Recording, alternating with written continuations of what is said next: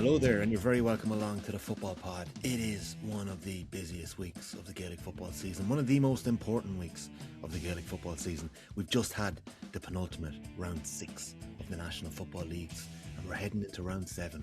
Some things have been decided, most things are still up in the air, and it's all going to come to a conclusion this Sunday. Delighted to be joined as always by Paddy Andrews, coming in hot from Croke Park. Hi, Paddy. See you, Gwitch. Shock to the Gaeilge this week. Mahavara Fodrig. Yeah. Lyle Apardrick tomorrow, isn't it? Yeah, fantastic. Jimmy, how's your Irish coming along? How's the thought too? I'm very well. That was a nice little voice you had there on the intro, Tom. You kind of dropped it down a couple of notches. You were kind of talking a bit like this. Well, Paddy's in Croke Park. James is in Croke Park Studios here. Yeah, Croke Park Studios. James is in. Are you in? Not working. Abbeyfield, as Paddy says. Abbeyfield, and I'm broadcasting from the home of the Sligo County Champions. I'm in Riverstown in Sligo here, at my cousins. Truly a nationwide pod, aren't we? Like, yeah, exactly. Is everyone in bed or what, Tommy? Why no. Down? The boys. I left the boys in the farm this morning. I learned what a piggery was this morning. Kieran McGeaney told me about it a couple of weeks back. By God, when I was shoveling shit this morning for 2 hours, I knew rightly what a piggery really was. So, yeah, that's the crack. How are you boys? Are you keeping good after the weekend itself? It's Shamrock Gales who won the Sligo County Championship. They're part of the Riverstown parish here, so they're the county champions. So yeah, we're going to go for. It was a mad sporting weekend, wasn't it? Between the rugby, the rugby was good. Like, to be fair, yeah. Oberg, where it's due. Oberg looks so good. He looks so good Golf, going into the final day of the players. Yeah. Premier League, Liverpool, Spurs, slow horse race there. I was hoping for more of a scandal. I was hoping Spurs would get done again. We tip water for them to hurling, but lads, we can't go any further than the Gaelic football. Jimmy was going to let Jimmy off there. Go on. You want to say something there, Jimmy? Come on, James.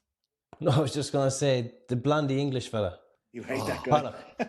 What was he doing? Like, just go down, hug the ball, and give it back. I do not know anything about rugby, but how he knocked it on there, criminal.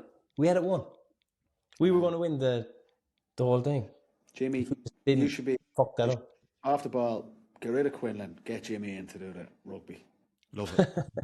Yeah, that would be brilliant. That would be brilliant. To be fair, it was a nice kick to win it by the French out half. You'd appreciate the good kicking at the moment, because the standard of kicking has been very ropey in the Six Nations. A nice kick to win it.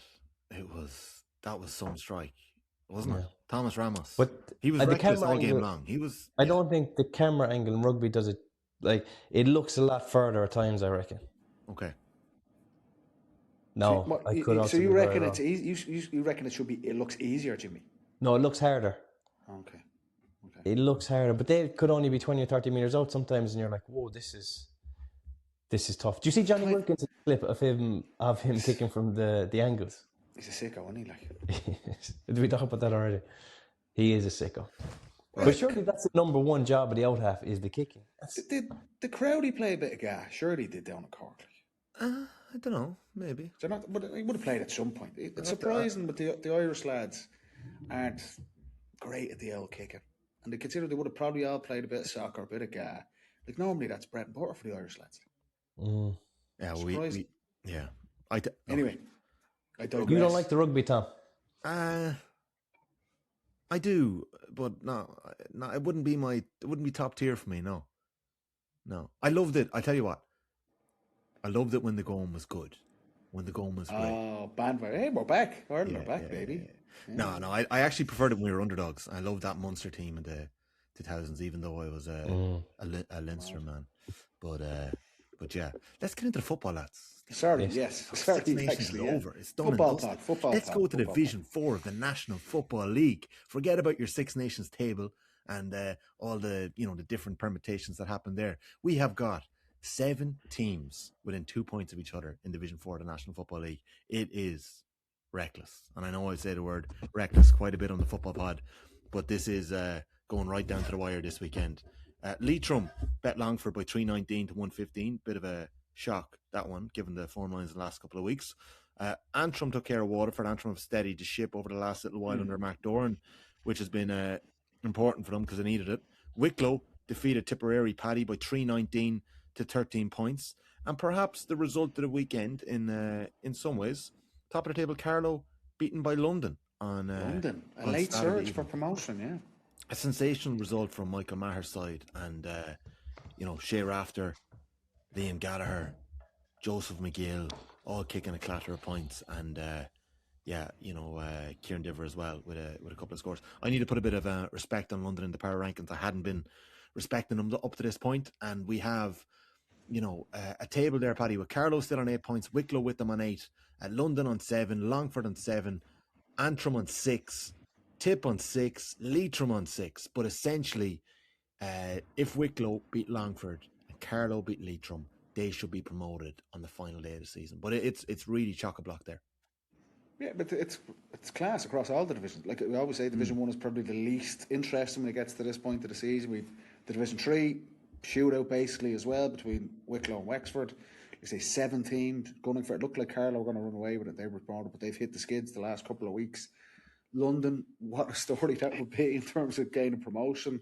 We're saying Antrim were just slow out of the blocks completely. Like what's going on there? And all of a sudden they've got their wins on the spin. So Division 4, Division 3, Division 2, everything up for grabs. Division 1, the relegation side of things. It's why the leagues are every week. We keep saying it. It's a brilliant, brilliant competition.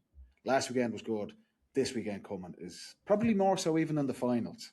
Yeah. The league finals are great for teams to get into Croker and all that stuff. But the final round of the leagues, with so much to play for every team, it sets it up nicely. It sets it up very, very nicely. Yeah, Down took care of business in Division 3 as we expected. Swift return back up to Division 2. They had a good win over Sligo, put them away in the end. And then possibly one of the results of the weekend, Wexford going down to Cusack Park in Clare and essentially putting Clare out of the promotion stakes again. Yeah. Another year where Clare let promotion to Division 2 slip by. They were beaten by Wexford, which means that Wexford and Westmeath, given that Westmeath putting Limerick in real relegation bother with a brilliant win from Mark McHugh's side, Wexford and Westmeath this weekend is pretty much a shootout to join Down in Division 2 next year. And look, that is going to be a cracking game of football this weekend. Between Westmeath can get a draw. Westmeath can get a draw, which would be enough for them. But Wexford, scoring very, very freely. Tough one to call. I would have thought Westmeath would go up with them. We said that right from the start, and they still might go and beat their Leinster rivals there at the weekend. But I think it's a massive game there to get promoted. Wexford to get into Division 2 will be unbelievable progress for them as well. So, like I say, it's so many games this weekend. I'm intrigued to see who they have on telly. Who do they give the airtime to? TG probably Armagh, Kerry will probably be on. I'd say. Well, I'll tell you now, Paddy. Do you have it there? Do you know? Seeing as you asked the question, and James, you get thinking there because I'm going to come to James on what his biggest talking point from the Division 3 and Division 4 were in a second. But this weekend on TG Carr, the live TV games. Saturday evening, we'll give it to the hurling, Limerick and Galway, 7 p.m. On Sunday, Kildare and Louth is live in the football in Division 2. Wexford and Westmeath that we just mentioned in Division 3 is live on the TG Carr app. And then a crucial game in Division 1 that we will look at in depth a little later, Galway up against Dublin. And just to add to that, there's a number of other live games that are going to be live on the Sport TG Carr YouTube from the Division 1A hurling and Division 1 and 2 football on Saturday and Sunday. There's going to be, Radio 1 will have a load of reporters out. Cork Tyrone is a massive game there. After all, we'll have a load of reporters out. We'll have plenty of games covered. Sport TG Carr's YouTube live streams on Sunday are the following. These are coming from Fintan O'Toole on the 42. He's always the quickest hack with gospel. With the TV. Take it as gospel, yeah. Yeah, Fintan's got it sorted. Sport TG Carr YouTube live streams on Sunday are Mayo Roscommon, Monaghan Donegal, Derry Cavan, Offaly Meath, Tyrone and Cork. Fill your boots. Tyrone and Cork there is the one. But Cork are still under savage pressure. Because if Louth win, which I think they will, and I think Derry will win, and I think Meath will win, then Cork, Derry and Louth will all be on 10. Meath will go top, but Cork will miss out in score difference after that annihilation above in Celtic Park. Even after Cork all need their a good draw. work. Is that Louth play Kildare? Louth, you would imagine, would be favourites against Kildare. Look, Kildare have to win. Louth will win that. To avoid relegation. You would think so on form. That gets Louth to 10. Meath are definitely going to be Offaly. So Meath are promote. Derry, you would imagine, will beat Cavan. Yeah. So Cork have to be like Cork Tyrone. have to go up there and win or draw. Tyrone have to win. Tyrone draw- have to beat A draw does the okay, job. a draw. A draw does But the the job. chances of a draw now are so small. Fellas, With we've the new seen rules, the draws are gone. in the last couple of years, where the way this happens, and Gaelic live tables, GA live tables on Twitter would have on Zone Rua going, the red zone, with all the tables being updated live. We've seen these games go down to the wire. Do you remember the weekend where even in the round robins we had, John Heston with a late free to knock Tyrone out. He just missed it by inches. Oh, in the championship, Aidan O'Shea dropped a free short. Shane Walsh kicked a free to do something to somebody. I think it was to relegate someone at the time. Armagh, wasn't it?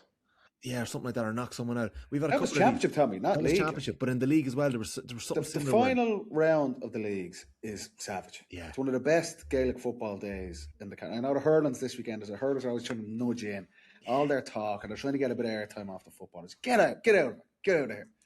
The football league finale this weekend is one of the best days of the country. We went up. Look at all the games we're talking about. And just to mention, just to give them a little mention there, BBC iPlayer and GA Plus are going to have Armagh and Kerry live on Sunday too, so they're giving us a little bit of something as well. Yeah, Armagh Kerry, a little bit of sugar. Yeah, I'm not sure about that one, but we went up. We went up to. Still, it's a little bit on the line there, James. There is, but I think Kerry's work is done in the league. Do you know? Will they be going up there, taking lumps off each other above? I think that game means an awful lot more to Armagh than it does Kerry. Oh well, yeah, but it definitely means a lot to Armagh. Be relegated if they. Still might be all right, but Armagh, let's just press pause. The fact that Armagh are actually in the relegation battle for how good they are is incredible. They're an excellent, excellent side, aren't they? They've been missing a lot of bodies, right? And I think the criticism of the goal chance, while they were close, they went 6 rounds or 5 rounds without a goal. Do you know, they needed that. They needed Connerty to do what Connerty did, where he took on the Dublin defence, and when the game was level, instead of going for a point, he bet another man and he rifled it into the back of the net. Took the net off. Nearly took the net off with that finish. They needed that. Yeah, but I think the Armagh forwards are actually even sick of the criticism at this stage. Do you know, if you were playing on that team and everyone's saying, they can't score goals, or they don't have the end product, they don't have the bit of class at the end, it's actually a big insult to you as a footballer. So I fully expect them to change that, to turn it around, and they already did. In fairness to McConville's goal, I think he will finish as well, James, with Paddy, the left leg just to open the body. There's a lot happening, as we mentioned. That Wexford-Westmeath game is going to be really interesting. Wexford kicked 7 2-pointers at the weekend, but that wasn't even the most kicked by any team. We might have a little chat about Division 2 here. Meath kicked 8 2-pointers against Tyrone, and one man, weapon for them. Jack O'Connor, who shot the lights out in the Tailteann Cup final a couple of years ago alongside Jack Flynn. He went off to Australia for a year. Jack O'Connor with 1-8 in that first half. You got 4 2-pointers, isn't it? All from the same little patch of grass on the right, near the Kieran Whelan country, I would call it, where Kieran Whelan used to burst off the shoulder and curl a ball over or punt the ball over off the right.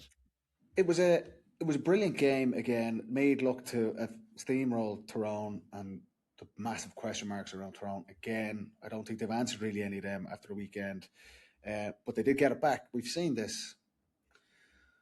We might talk about this separately, but these massive leads teams are getting, and every week there's a big swing. The Tyrone kind of get on top. They get a bit of momentum, and they have the forwards. Ethan Jordan in particular looks like a real find. Brilliant goal from him. He's had a really good league campaign from Alec O'Rourke.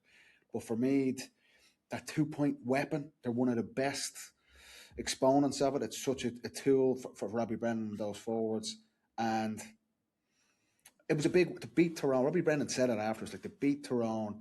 They've had a brilliant run in Croke Park. That's going to stand for them come the National League, or come the Leinster Championship as well later this year. And they play Offaly this weekend. 99.9% certain they're going to get the result there and get promoted back to Division 1. So it's just every week for me, I know it was maybe a tough loss to Cork a few weeks back, but it just sees the momentum behind them again. And like Jack O'Connor now to supplement Jack Flynn and Jordan Morris, Matthew Costello. Yeah. These guys, it just seems more positive. It's a bloody dub. There's more positive stuff for me week on week on week. And Saturday night in Croke Park was just the latest example of that. Yeah, James, we're just talking about the Meath forwards here, and Jack O'Connor with the 1-8 and 4 2-pointers in the same spot.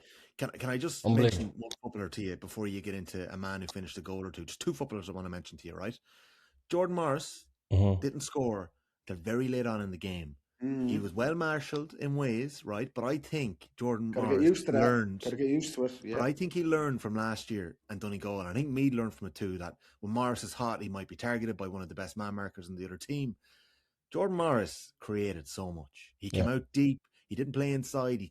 The goal, James, the first goal, the Morris where he shapes for the shot with the right and plays the ball in. Beautiful stuff. Yeah, I think Jordan Morris is one of the most exciting players in the country, without doubt. He's got a bit of everything, but he's so strong and solid as well when he's taking on his man. They're not taking the ball off him easily. And that pass for the goal, 90% of players don't see that pass. They see the shot, they see the white flag, they see their own score. The fact he could pick out that pass was brilliant. And in fairness to Aaron Lynch, the finish was sensational as well, to go back across the keeper. And Aaron Lynch's finish for the second goal, I thought, was absolutely divine as well. Just to open up the body. I love to see that, open up the body and side foot into the far corner. Like, it's a very soccer, it's a soccery finish. It's not that blast straight at the keeper. It's just put it in the corner, the keeper's not saving it. But the thing about Meath, if I was a manager, I'd want my team to play like Meath. Like, they are on the foot. You love them, Jimmy. You love them. I do. But they're exciting. A carefree approach. Yeah, they're exciting. They're tough. They turn up in the big plays late in the game. They have forwards with dummies, sidesteps, a bit of class. Every time there's a man running ahead of them, they're kicking it. They're just operating at a higher level than most. And I don't know how the season's going to pan out for them, but from what I've seen, they look like they're going somewhere. Like, they look like they're all in this together. I'd be shocked to hear if a Meath fella now dropped off the panel, or, you hear it in other counties, they're going this, here, there, and everywhere. Like, Meath, they're together, they're going somewhere. I just feel like if I was a manager, I'd want my team to be like that. They're in a good place, and they've got a couple of boys back. Ronan Jones is on the panel at the weekend. A couple of interesting additions. Dara Canavan appeared for Tyrone this weekend. We all thought he was gone. We know that the Iran war scuppered the original trip, the US-Iran war scuppered the original trip with the flight cancelled over Dubai that weekend, and then the talk was he'd be going to America, but he appeared, a very late addition, added to the Tyrone panel on Saturday. And then Niall Morgan didn't appear in the 26th, so Tyrone's goalkeeper, Sean O'Kane, did very well. Young fella's second game this year. And Ronan Jones is back in the Meath. 30, we'll say. He was out training or doing a bit of a warm-up with the lads, so good to see that. James, let's just keep this Kerry Meath loving going a little longer, because we both had a win late last night with Jesse Buckley. Jesse Buckley's man was from coming in and won a Meath, obviously Clarny. So that was an incredible win for the great Jesse Buckley. It was. I actually wronged her on a previous pod. I said she went to school in Clarny. She didn't. She went to TIP, the boarding school. She went to the boarding school in TIP. But look, we'll claim anything. But yeah, unbelievable. There's signage all over town, and it's exciting. Yeah, we'll get the Kerry's performance later on. They were awesome. We'll get her on the pod, will she? It'd be nice to see the old Oscar on the pod. Big fan of the pod. A big listener. So I heard it. Did she mention it in the speech last night? I think they cut it out. She went on a bit long, and then they filmed that bit. There's maybe the unedited version. I thought she mentioned the pod. She got a shout out into all the mammies, and then I think they just cut the rest of it after that. Okay, one other fella from Meath before I want to get to Cork, right? Because it was a big win for Cork as well this weekend. Meath, and then Louth. Jesus Christ! Rory Kinsella, an All-Star nominee last year. I think he's bringing his game to another level again this year. I don't know what you're seeing there, but some of the passes that he's pulling off, I might get in trouble for saying this, but on the same side of the pitch that Colin Cooper stepped back into a little pocket between James McCarthy and Keane O'Sullivan and found Donegal Walsh, found James O'Donoghue. The exact same replica of a move happened again. Did you see this, James, or did you miss it? Yeah, no, I saw it. He did a couple of them. Them. That's what I mean. They're kicking the ball forward. If a fella's ghosting into space, they're actually getting their head up and able to pick out a pass. Vision. It's the vision, Jimmy, isn't it? In these rules, the extra bit of quality is so obvious. It's like, he can play or they can play. Because some of it can be still a bit pedestrian or a coach, but when you see that little bit of quality to open up for goal chance and easy points, and Kinsella is definitely, he's one of them. He's still very young, Tom, isn't he? Is he 20? Yeah, young man, yeah. He's very young. Well, Paddy. And he's grown in his position. He's grown at 11. He said, you're going to be 11. Off you go there. Learn the position. And he's thriving in it. Do you know what I say that? My thoughts, not Cooch. Brian McGuigan. from Tyrone. That kind of just smart link player, really selfless. And if you're Kinsella and you've got those guys inside, like Costello comes back, Morris obviously, it's like you want someone who's going to give me the supply line. And you're right, Jimmy, we said it all the time. The rules come in, they're all in line to promote the best skills. Space, kicking the ball, that kind of cohesion up front. And yeah, he's thriving in it. But I thought I was seeing that play and I was like, Brian McGuigan. That's Okay. I like that. Okay. I tried to block out that Gooch kick pass. I don't like to go back to that. We should do a deep dive on that pass again. We should. I enjoyed that 2-year spell we kept bringing that up. We should do like 2 seasons. We just show the last 10 minutes of that match. Just a piece of our favourite passes in Gaelic football. Let's get to a team. Right, we've talked a bit about Meath this season, possibly because they caught the eye and they're one of the teams of last year that we wanted to see push on. Another team we wanted to see push on were Louth, the Leinster champions, and perhaps they've gone a little bit under the radar because of the stop-start nature of the first couple of games. But lads, they've taken down Tyrone in RD. They've now taken down Derry in RD with a win against Cavan in the middle. But the most impressive bit of the weekend was no Craig Lennon, who's been so important to them all this year. Kieran Downey wasn't risked. He was on the bench after picking up a bit of a knock. Conor Grimes on the bench. Niall MacDonald is man in the match in goals. Shane McGuigan didn't score for Derry as a penalty saved as well. Samuel Roy with 1-6. Kieran McCardle, really impressed this guy in corner forward. Wins the penalty. He's always winning penalties or setting up goals. Kicks 2 nice points as well. And then off the bench comes young Ty McDonald, who was an under-20 star last year but featured in the championship. 3 beautiful outside of the boot scores. I think they were all against the wind, like against a really strong wind. Really impressive stuff from a Louth team. And Gavin Devlin, we met him last year. We did a little show up in Louth last year. We met Gavin. I think we were all really impressed with him. He's got them in a really nice place, and they have an outside shout alongside Derry now. They've dragged Derry back into it for promotion, and we were all raving about Derry before the weekend. Yeah, isn't that? Sorry, go on, Jimmy. No, go on. I was just saying, for Louth as a whole, like only a month ago, we're questioning they'd have slow start to the campaign, that the task for Gavin Devlin. They haven't got a massive playing pool, obviously, but the big thing is, like, can we get our established guys back up and give them that edge again that got them to the top of the mountain in terms of winning the Leinster Championship and bringing through the under-20s players who won that Leinster Championship. Obviously, they got to the final. They were one of the best under-20s we've ever seen. Tyrone outclassed them, but can Louth bring through, or Gavin Devlin in particular, bring through 3, 4, 5 of those guys to supplement the likes of Lennon and Mulroy, these Tommy Durnan, superstar players at that elite level. So it's, and you said it, Tommy, that they're dark horses in the mix. All the focus at the start of the campaign was Tyrone and Derry probably will go up. Then it was Meath and Cork, and now Louth on the run they've gone on with big victories. They go to Leinster Derby again against Kildare, who are fighting for their lives this weekend. You'd imagine form guy Louth are probably going to pick up the points there as well, and they could potentially be back at the Division 1. So it's just kudos to Gavin Devlin for re-energising that group, but also to the players. As you said it, it's the marquee guys. Mulroy, obviously, a lot of focus is on him. But if Louth can get those guys humming and integrate those under-20s, which isn't easy. We've seen Offaly, Declan Kelly's been trying to do that with their team that won the 20s. We see with Tyrone and Malika Rourke, the massive expectation on him to bring through those successful 20s. It's not easy. It's not a guarantee to do it. But Devlin seems to have got them in a really good place in the space of a month. Because look back a couple of shows, we were all asking the question, going, are Louth kind of, the bubble has burst there, but it seems to be, it's well and truly back on the road. I think he's an impressive character. He's a very good speaker. And I think we spoke about it on one of the pods before. It was like, he needs to get into these Louth fellas' heads and into their stomach and see their motivation again to get back at it, because obviously they'd reached the pinnacle.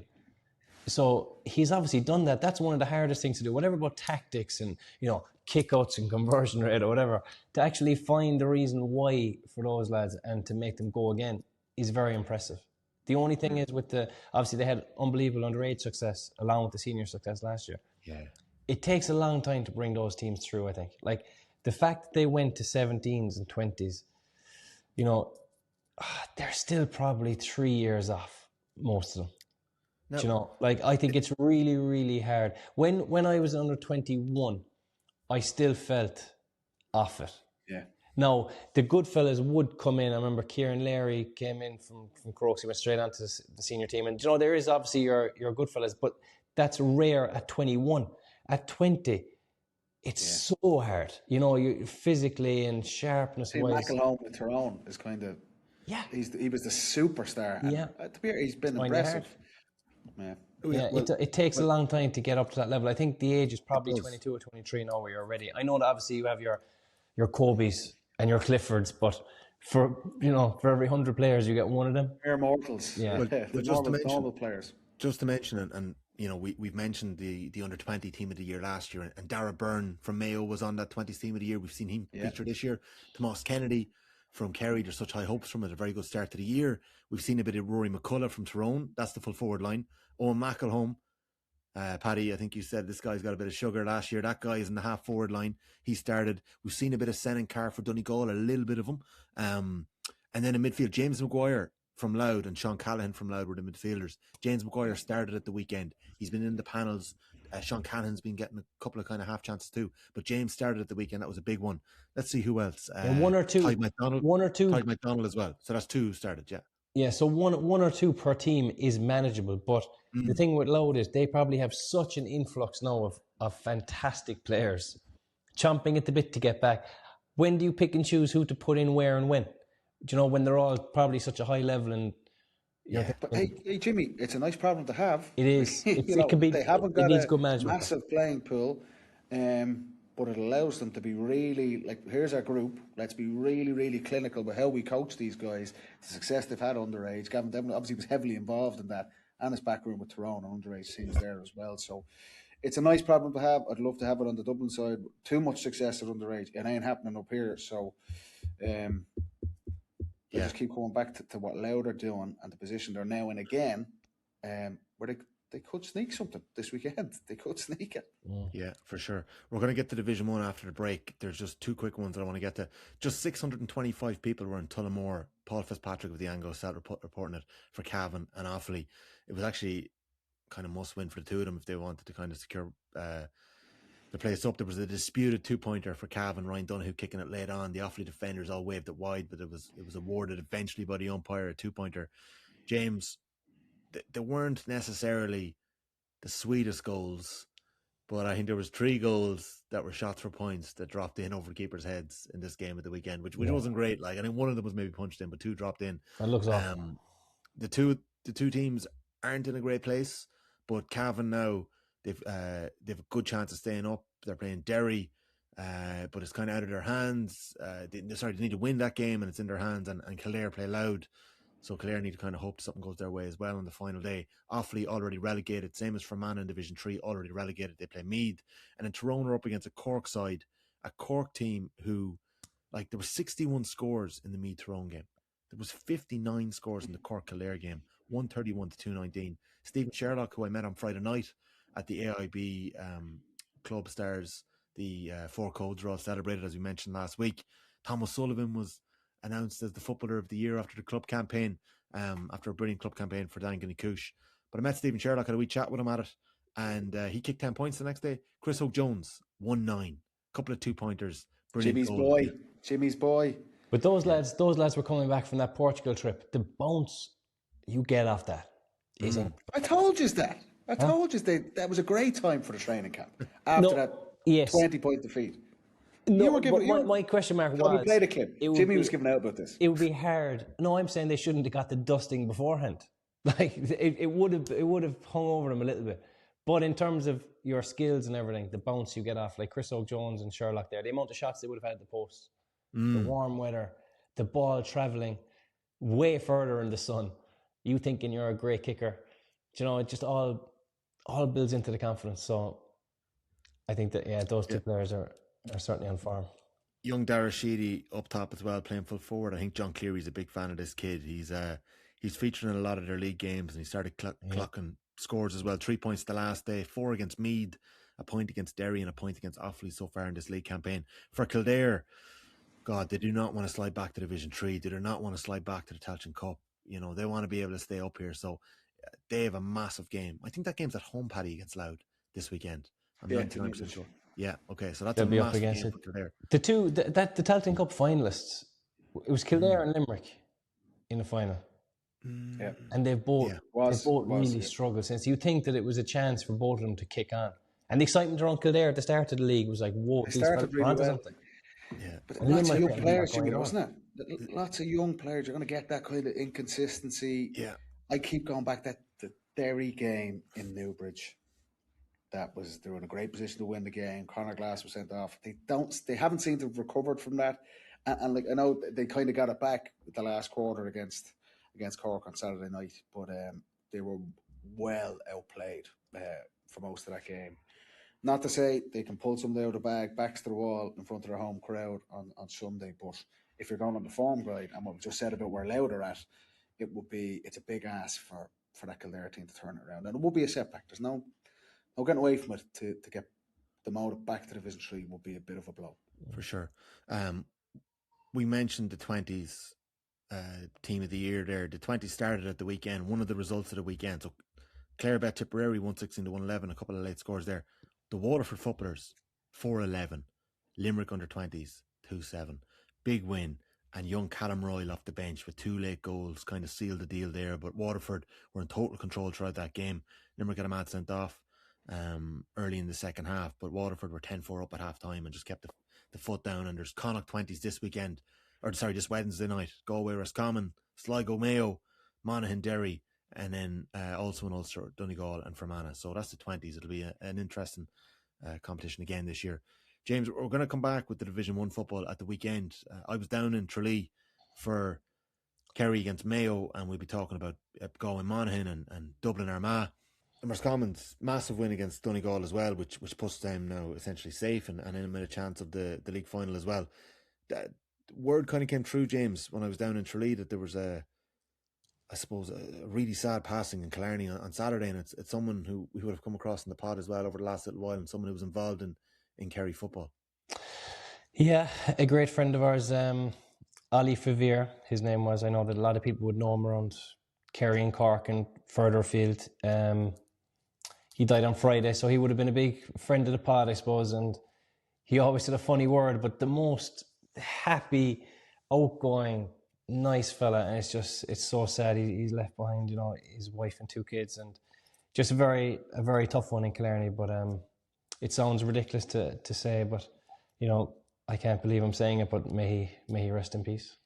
Yeah, incredibly sad news, and I know you were all shook by it. So thoughts from the pod to his family, and he would have owned the Shire bar in Killarney, and he sponsored the East Kerry team that we were playing on that year. I think he sent you on jerseys and things like that. Yeah, they were extra small. I have it. Yeah. It's a little bit tight. Hugo wears it.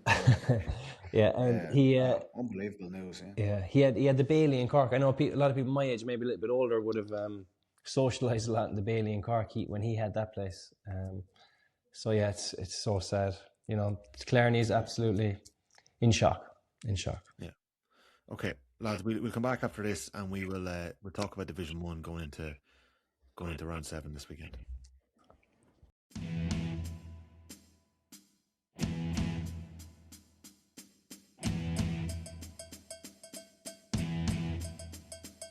You're very welcome back to the Football Pod with Paddy Andrews and James O'Donoghue. We have got a big round 7 ahead of us this Sunday.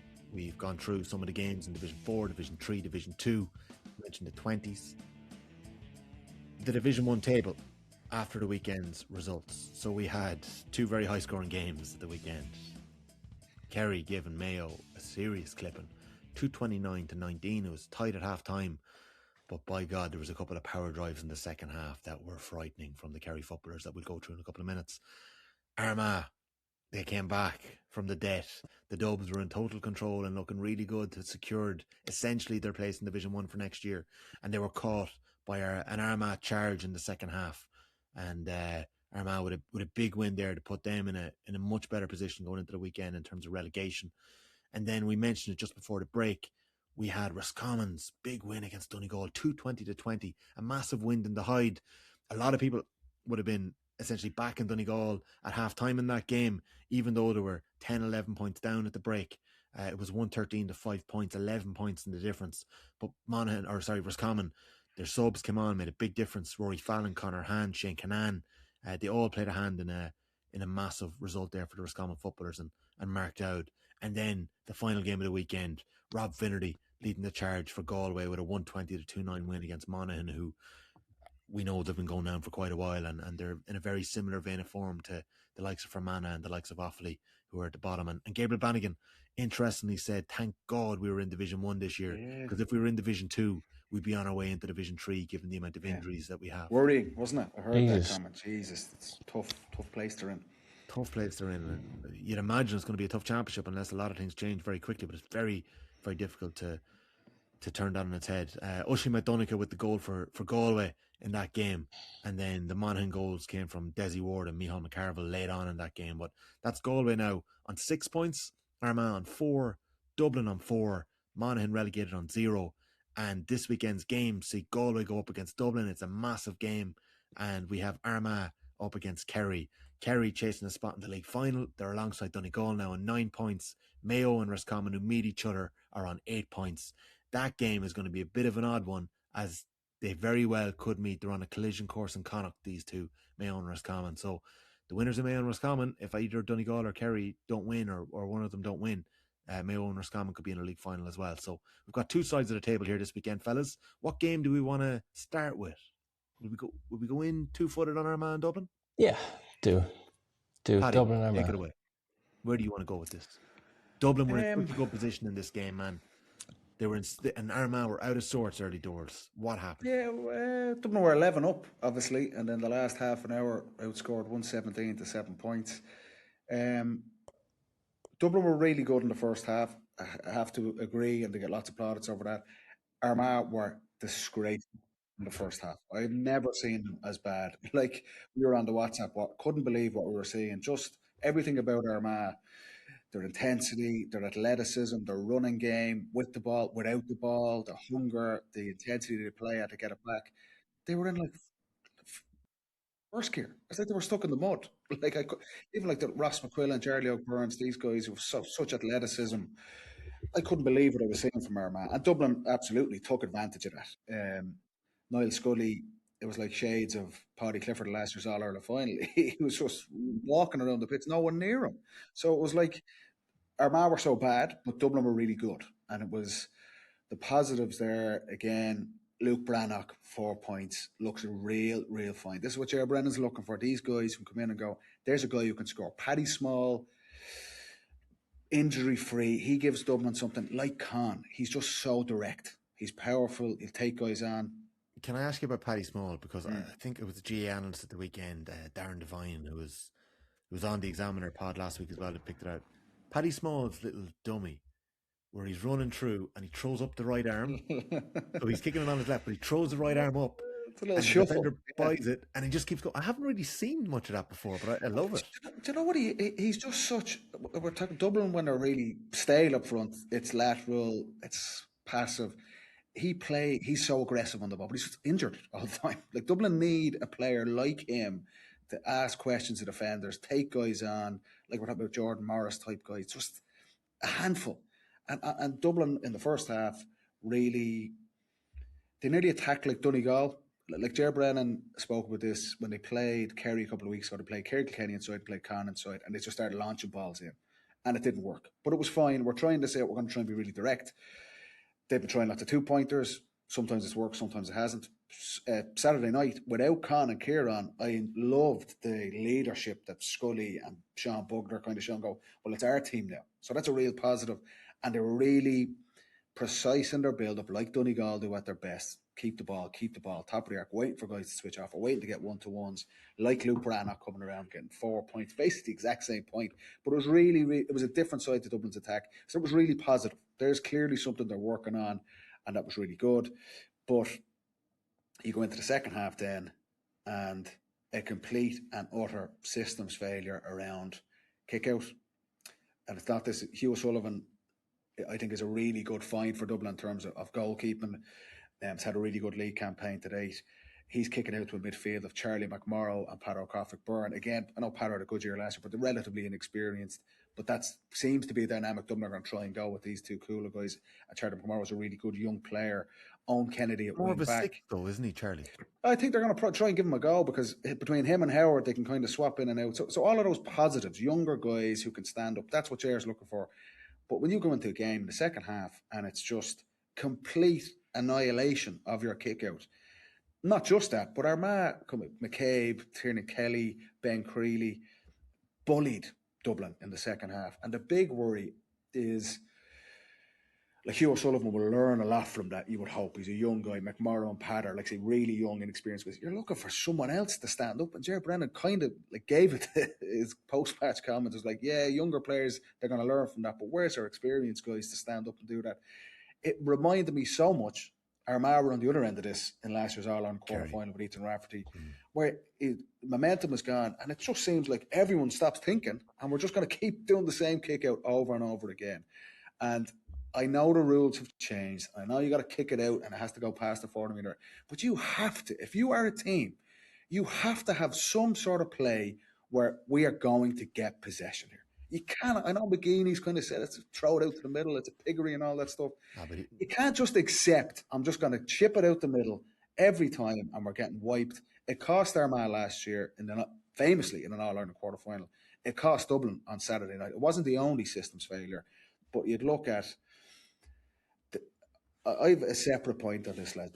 Like, Dublin were 11 points up and it's a 13-point swing. Every week we are seeing teams, Kerry being 12 points up and Galway got it back. Galway the following week 12 points up and the Rossies come back. And I get it. There's windy conditions. That was not an excuse on Saturday night. I think teams are getting away with fucking murder with this. You blow a 12-point lead and the first comment from everyone, sure, it's the rules. Yeah. Like, there's a couple of two. You think they're getting a bit of a free pass? I think it absolutely. And it's every team. But it was Dublin were the latest iteration of this on Saturday night. I know the rules have changed. I know teams can kick 2-pointers. But hold on a sec. If you were 12 points up in a match and you can't see that out, rule change or no rule change, you have. I'm not giving teams a free pass on this. What happens to bit of leadership, scoreboard ticking over, maybe keep the ball, stopping momentum? Like, I just think teams are getting an absolute free pass on this going, sure, we were 13 up and we didn't win. Have we just lost the art of skullduggery and killing a game? Yeah, like, come on. I suppose there are a few bits and pieces, right, that are taken out of the game in terms of the slowing it down and the, taking your time, maybe buying a free. But I completely agree. But with Dublin at half time, they must have gone into the dressing room thinking, this is so bloody easy, and just completely taking the foot off the gas. Like, it doesn't. I don't think it comes down to too much even footballing reasons. It was just a complete taking the foot off the gas moment. And it's so hard to get it back. When the momentum is gone from you, to get it back is hard. It is, like, especially when the kick out is coming straight back over. And then when, I think it was McConville's goal chance where he did that finish where he blasted at the keeper. Yeah. Armagh won the kick out and the Dubs lost it. And Dublin's effort to get back and stop the goal chance was, honestly, no. It was like, did anybody have any interest in getting back? So it was a complete mindset switch at half time. They just completely fell into that. But that's what Armagh were like in the first half. I just found it bizarre that Armagh are a team further down the track than Dublin, like genuine All-Ireland contenders. And in the first half, honestly, you can read out the WhatsApp. I couldn't believe what I was seeing from Armagh. And in the second half, Dublin did the exact same thing then. Like, Dublin are not good enough to go into a game and be like, we're grand here, or the work is done. And just, I thought both goals. I thought the defending for Keane McConville's goal, and then Connaughty's goal is brilliant. I get that. Keane McConville's goal is great. But defensively, you've got to look at that. And, like, right through the middle of the defence, like, Pat O'Coffick-Byrne is about 7.5 foot. He's a massive player. Like, Keane McConville just bounces off him for the first goal. And the second goal with Connaughty, like, from a defensive point of view, you can't allow that to happen. And it was just, that was the malaise of just passiveness across Dublin in the second half. And Gerard Brennan said it afterwards. It's like, okay, kickouts can malfunction, and that's what happened. But there's also an attitude piece of, like, you need to be at it here. Like, no team is good enough to take the foot off. Dublin definitely aren't with all these new players. And you don't really have an excuse for being out-muscled, outworked. You had to expect a reaction from Armagh. There was no way they were going to be that bad again in the second half. Their players spoke about McGeady basically going through them for a shortcut at half-time, which was absolutely entitled because they were so bad. And they had their little skirmish, which led to a black card Yeah. and a yellow card from David I thought that was a bit much as well from... I don't think Charlie Oak did a whole pile. I don't think McGeady did a whole pile. I don't think a whole pile happened on either side, but it was made a big song and dance. But look, not the first time we've seen that type of thing. McGeady's comments are interesting because even in the second half, Oisin O'Neill, who I thought had a brilliant second half, although he didn't score from play, he really did want to make things happen. He was looking for... He had an impact on the game. Yeah, but he brought the ball back outside the arc, and then he had an awful effort at a two-pointer. But Goff had his hand up for advantage. That was in the second half, after he'd given out to him. And he just pulled down the hand and cancelled the advantage. It makes the player look foolish when that happens. It's a tricky one because I think every team, and like we had this in a club game at the weekend as well, where when the hand is up, you have a free shot for a two-pointer. Now's the time to work the effort for a two-pointer. Trigger, yeah. So like he took it back down. But I know sorry, Paddy. I know we're saying that Dublin completely collapsed, but like Armagh turned it on the second half. Like as in some of the play they had, some of the pace, the power, the driving from McQuillan and Charlie Oak is, if you're not prepared to suffer, you can't mark those fellas. Like Mikel Arteta here. Yeah, it's just suffering for a long time marking those, because McQuillan kicks a point in the second half off the right, an absolutely gorgeous score. And like for a kind of an athletic player who's up and down and you think he's tired, the level of finesse to swing it over with the right was beautiful. Charlie O constantly off the shoulder. Like, it's so easy for a 12 or a 10 to switch off. The first half so inexplicable from Armagh. I couldn't believe what you were watching. When Armagh do that, they are absolutely one of the top teams. And this was the fear going in. I couldn't believe that Dublin were in the position they were in. It was brilliant. I was delighted at half-time. But the fear going into the game before throw-in was, do Dublin have the capacity and the capabilities to deal with a team like Armagh at their best? And clearly, we've seen for the final 30 minutes of that game, the scoreline was 117 to 7 points. So that's the like, for all the plaudits Dublin are getting in the first half, I have an asterisk beside that. It was good and players stood up, and which was nice to see, but they were playing against a team operating in first gear, as I said. The challenge for Dublin, they go to Salt Hill this weekend. Galway have to play for something, because if Galway slip up and Armagh beat Kerry, then Galway could be dragged into it.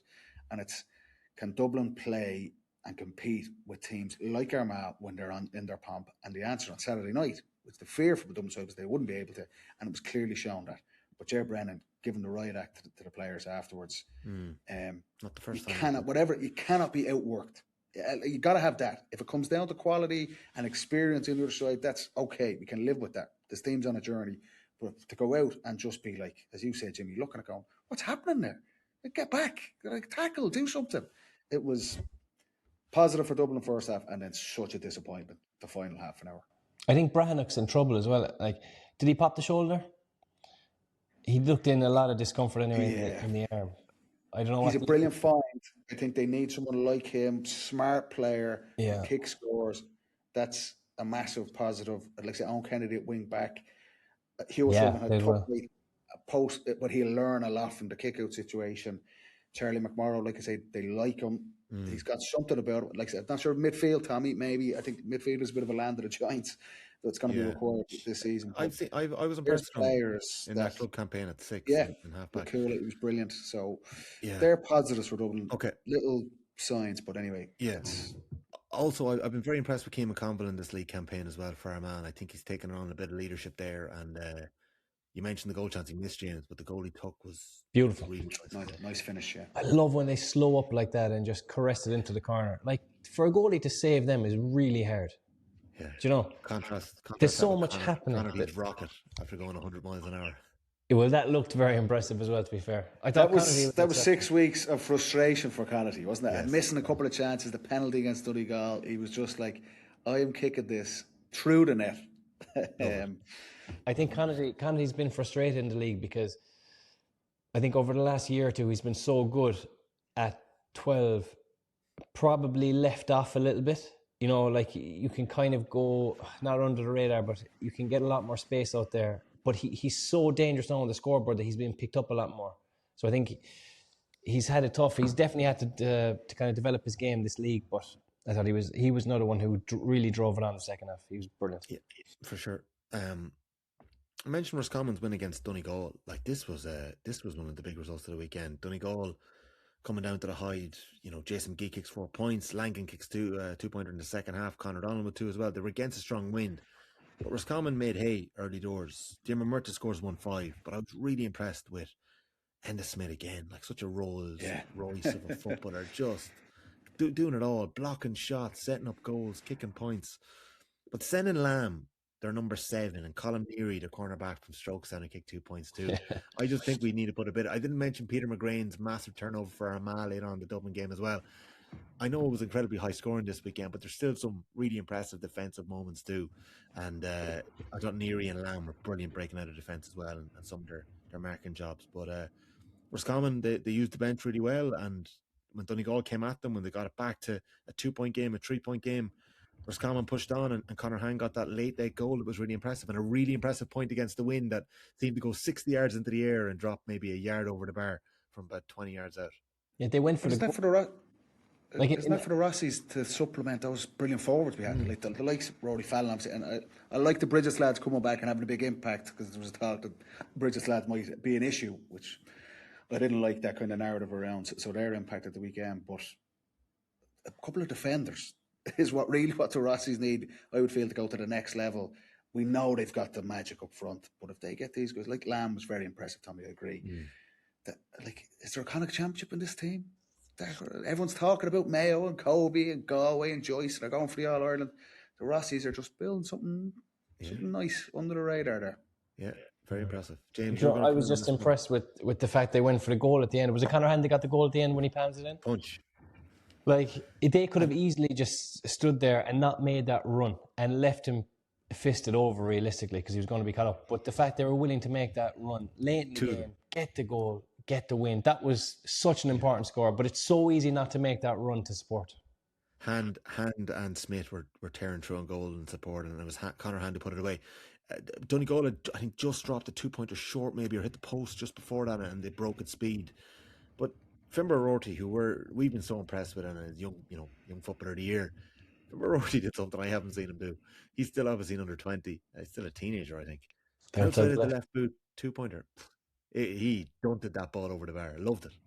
I think it was a great bit of skill, but going down into that goal, the rain and the hailstone. I reckon if you threw it up there at all, it was going over, was it? Okay, yeah, probably. 2-pointer of the weekend, James. This has to go to one man. Jack O'Connor described it as a lovely little golf shot. It drew in at the end. Like, the man was in the flow state. We spoke to him briefly afterwards. I think he had about 14 of my colleagues in the media pressed into a little closet in Austin Stock Park in Tralee, and we managed to get a couple of minutes with Sean O'Shea after the game.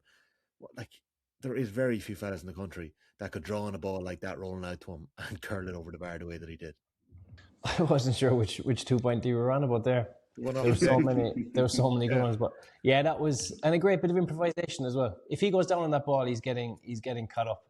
Draws on it beautifully, and Shawnee was unbelievable. He got 11 points, just such leadership. He's having a great league, Jimmy, isn't he? He is. Yeah. But Jack, I don't want to miss. Jack was raving about one man in particular after the game. Dylan Gay. Yeah. Yeah. Dylan. Should we know Dylan? Friend of the pod. Yeah. Dylan him and Jess Buckley. Yeah, Dylan was brilliant. Obviously gets very lucky for one goal, but finishes the second goal brilliantly.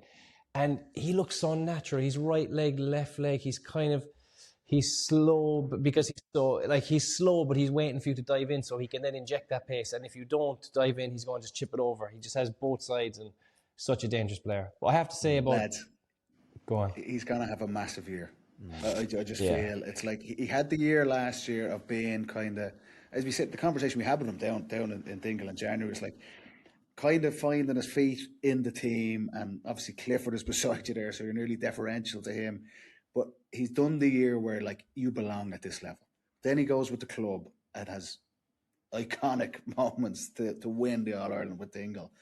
You get a sense, he's seen it at the weekend. He's like, I totally belong here now. I've done my apprenticeship here. And the benefit he's always going to have is the focus. This is for all the other Kerry first. The opposition is going to be so focused on Clifford. And now it's harder to get defences back and everything. But he'll have a little bit more space than he might have otherwise got. But he's just like Rob Finnerty with Galway. You do your year or two and then you go, I actually am good enough to be here and to take on responsibility, take on shots. And I look, as a neutral, I look forward to seeing Dylan Gainey and what he's going to do in that Kerry team this year, because I'm not surprised what I've seen on Saturday. Here's a guy who knows he belongs. Yeah, James, like as Paddy is saying there, he probably is so much more comfortable now. You know, nominated for Club Footballer of the Year, wins a Club All Ireland. You know, a friend of the pod. You know, he's no longer an acquaintance. A friend of the pod. Yeah, the friend of the pod is essential. You know, yeah, it is essential. Very important. And you know, there's also probably good vibes in that Kerry attack as well. Like David Clifford's at his knees, curling over 2-pointers, just to kind of remind everyone he's still there.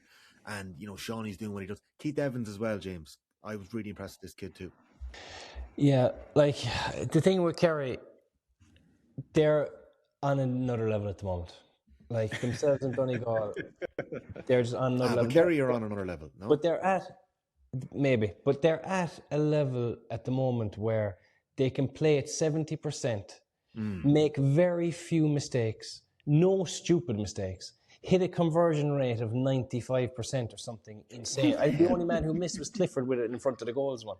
Yeah. So when these fellas are coming in, once they just, you know, show their stuff and not try anything outrageous, they're slotting in lovely, and it must be unreal to come into a camp like that. And like, in fairness, I don't want to big up Kerry too much, but like when I see them dusting Mayo like that, I'm thinking these fellas are right in the middle of it. They must be excited. Even with the management team they have. You know, with Keane O'Neill, Donaghy, Jack, they're in great hands. They have the best player ever there. You know, with them then, they have some of the most experienced defenders in Jason Foley, Tom Sullivan, Paul Murphy. They have a really good going at the moment. It'll just be the case of keeping the pedal to the metal. But on Clifford, right, he was so good again. Like, he was actually laughably good. He threw over a couple of 2-pointers with the left that no one else would be able to kick. And he makes him look so effortless, the way he buys the time to be able to make the room. And, you know, it's just a joy. It's a joy to watch him take games away from teams. And I think the whole championship this year, Jim McGuinness tried it last year. I think he nearly only matched up on Clifford in the final. Teams have to find a way to stop him. And it's nigh on impossible at the moment, but that's the key to the championship. I know we're talking about all these other fellas playing great stuff, but this fella is so bloody good. If you can bring him down from his 8 to 4, you're in with a chance. He sets up the 2 goals as well. He caught a couple of kickouts, and like when we talk about Kerry, and we know what they did to Armagh last year, like they hit Mayo for 8 points in a row in the second half when Mayo were winning 9-3, and Andy was saying Mayo weren't even playing that well at the time, but Kerry hit them for 8 points in a row. Second half they hit them for 1-6 without reply. Then they hit them for 1-7 without reply. But that's the difference in quality. Like when they're in front of the goals, they're picking the right shot and they're executing it properly. And nobody is taking on a shot that he's not capable of. And if it goes to Shawnee or to David Clifford or to Dylan Gainey first, it does. There's no question of that. They're just operating. You said flow state is actually a great state. The Clifford's operating. The whole Kerry team is operating like that at the moment. So it'll be interesting to see if they can stay there. Paddy, do we just give them Sam now? No, it's that the firepower they have is frightening. It's scary. They've got this guy, as Jimmy said, it was, how many times we talked about that? He is as close to unmarkable as you've ever seen in the history of our sport. I agree with the point. Teams can't, and teams won't approach it like that. But that is a conundrum. You would hope that the coaches of opposing teams who are competing with Kerry, either Cork and the Munster Champs, or teams trying to win the All-Ireland, you have to go in, and how innovative can we be? We need a way to shut down this Kerry attack, and Clifford is the absolute apex of that. This is the point I'm making, that it's not just a case of we need to figure out and be really innovative of how do we secure possession from our kickouts and not just accept, you have to just kick it out long, it's 50-50. How do we get innovative around minding the ball and keeping the ball and not allowing 12-point turnarounds happen. And if you're playing Kerry, how do we? You can't just say, "Oh well, it's the rules," and now there's loads of space, so we can't do X, Y, and Z. Teams have to figure out a way to get to grips with Clifford and try and shut him down. Because I agree with Jimmy. If it doesn't happen and everything just carries on as normal as it is, Kerry are too good. The winning the All Ireland, what that does for that group, I agree, a bit of freshness with Donaghy. Like Jack O'Connor alluded to it afterwards, he was kind of asked about hunger and what could have just left it to the players and to see where they're at and to go out and perform because they're all competing for places. That drives hunger, that drives standards. They're in a brilliant, brilliant place. I think they're only going to get better. This ain't Kerry at their peak either No in way. St. Patrick's week. So I think it's up to other teams to be innovative and go, we need to think of ways to play against that, to shut down their strengths because at the minute, it is just developing to a shootout. And if you go into a shootout with Kerry, you ain't winning. Any team is not beating that Kerry team in a shootout. Just Mayo, I was going to ask you, had Mayo learned anything this week? But they tried to press up on Clifford and O'Shea. They got a schooling in that regard. What are you seeing there? I think you can be brilliant at an awful lot of aspects of the game. Your kickouts, you're tackling, you're filling the zones, you're this, you're that, the other. It comes down to conversion rate at the end of the day. And Mayo missed an awful lot, which would give you a serious boost and a bit of energy if they're going over. Instead, Kerry are going down and chipping over easy scores because they're making the right decisions. But even in the first half, I thought that Mayo actually stood off Kerry too much in the first half, especially after they went 11. I think they went 11-4. Brickenden was marking Clifford, but he was marking him, as you probably would against the wind. He was marking him about 10 yards from the front. But then once Clifford gets it, he's able to take him on at a head of steam. And, it needs nearly an extra man and an extra man again to come in and help. And they were kind of isolated at times with that. If you're going to play from the front, once the man gets the ball, there has to be the second man in to help. So I must say I was disappointed with Mayo. At the back, I don't think they look as strong. I still think they'll rack up big scores. Offensively, they have a lot of talent. But Andy defensively, they have a lot of work. Andy Moran was certainly disappointed as well. And I just wonder, with the likes of Dara Byrne and Kobe McDonald, still 20s, will they learn a lot? We've spoken about Tralee being a measuring stick, I saw Dara Byrne at one stage size up his man, and to me it looked like he hesitated, like, I'm not going to take on Jason Foley here. And then he was like, oh wait, I will. And he creates a goal chance, and he kind of rushes the goal chance, but I don't know. Kobe had 2 good goal chances, fetched a great kick out early doors, set up a couple of scores, but probably would have felt a couple of the hits from the Kerry boys that were being laid on him as well. So, hey, Tommy, that's why he played them. That's why Andy played. Give these guys a go. You're not expecting them to be absolute world beaters, and they will learn a lot from it. That's the purpose of it. It's the worry for not worry for Mayo, the challenge for Mayo, and there was lots of momentum behind him. I mean, the excitement, which is great, like the good results, and Kobe coming through is like a superstar. But they played the 2 best teams in the country, who we said over the last few weeks, Donegal and Kerry, are a step ahead of everyone else, and Mayo were a long way short in both those games. There's no harm or shame in that, but it's just a little bit of a reality check, which again is no harm to go, okay, things are moving in the right direction. We're making progress. We've got young players, young forwards in particular coming through, but we have a bit to go before we are really at that table with Donegal and Kerry, who are just way further down the tracks in terms of their development as a team. So I'd say, Andy, as disappointed as Saturday will be, and the players, because they were hammered, it's a case of, okay, a little bit of a reset. All's not lost here. Like I said, it could be in a league final. If results go their way, they have the Rossies coming to town. They're still in a good place, but expectations need to be managed a little bit, and that's what Saturday showed. I think that's fair. Fellas, that's a good summation of round 6. Plenty happening. Massive weekend ahead. We'll be back covering it next weekend. It's going to be such a good day of Gaelic football on Sunday. Armagh, Kerry, Galway, Dublin, Mayo, Roscommon, Monaghan, Donegal. We've got to decide on the 2 league final places. We've got to decide on the 2nd relegation spot. That Galway Dublin game is going to be absolutely huge, Paddy. It's a shootout to stay up. They went there last summer in the first game of the All-Ireland series and got a brilliant result, Dublin. That's what they're going to be hoping for again. I think they will learn a lot from that second half. I'm sure the whole week is going to be sent just dissecting what happened here. Here's the good stuff we did. What happened here in the second half? And also, that's sometimes teams need that type of performance, and you take a lot from it. So that's what you're hoping on the Dublin side. Like I say, it's one of many, many storylines coming to a conclusion this weekend. It's the best weekend of the year for me in terms of the GAA Gaelic football calendar. Can't wait for it. Yeah, James, 7 teams in the promotion mix in Division 4. Westmeath and Wexford is a shootout for promotion in Division 3. Limerick and Sligo are trying to save themselves in Division 3 as well. Cavan and Kildare are fighting out to try and stay up in Division 2. And then you've got Cork, Meath, Louth and Derry in the mix for promotion as well. So hell of a weekend ahead. Boys, thanks so much for today. We'll let you go. Sound, lads. Thanks Have a good for week. tuning in, and we'll catch up very soon. Cheers, boys.